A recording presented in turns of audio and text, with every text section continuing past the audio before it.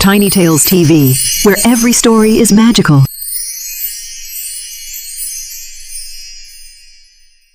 In a quiet farmhouse surrounded by endless golden fields, lived a brave little girl named Dorothy Gale and her playful dog Toto. Dorothy dreamed of a world beyond the dusty plains, a world filled with color, magic, and joy. One afternoon, as dark clouds rolled across the sky, a powerful tornado spiraled toward the farm.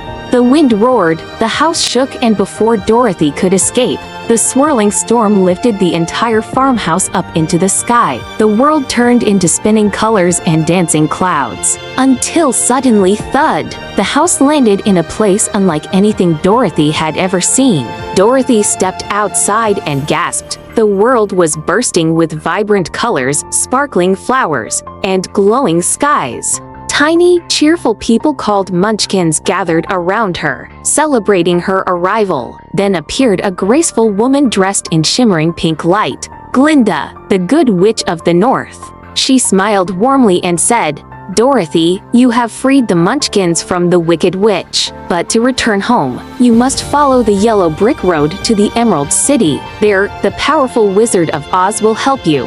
Dorothy, you have freed the Munchkins from the Wicked Witch. But to return home, you must follow the yellow brick road to the Emerald City. There, the powerful Wizard of Oz will help you. Dorothy received a pair of magical ruby slippers, glowing with sparkles, and her adventure began.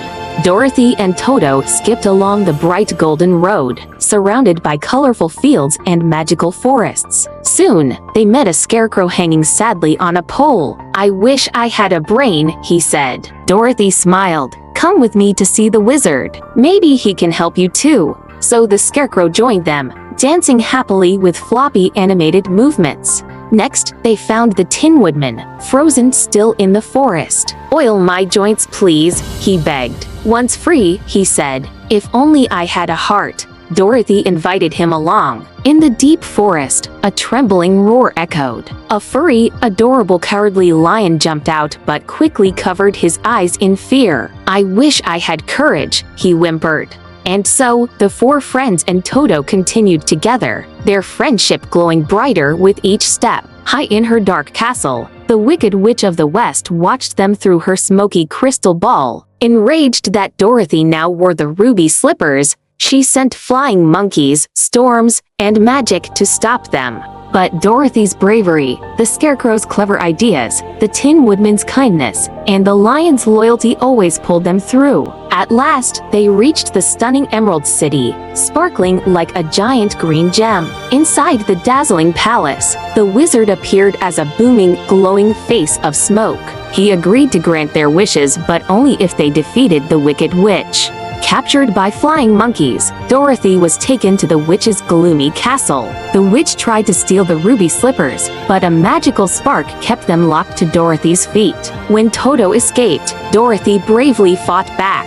In a desperate moment, she splashed the witch with a bucket of water, and to everyone's shock, the witch melted away into a puddle of smoke. Dorothy and Toto rushed back to the wizard with the witch's broom. Back in the Emerald City, Toto pulled aside a curtain, revealing a kind old man operating machines. The wizard was no magical sorcerer, just a regular man using illusions. But he smiled warmly and said, "Magic is already inside you."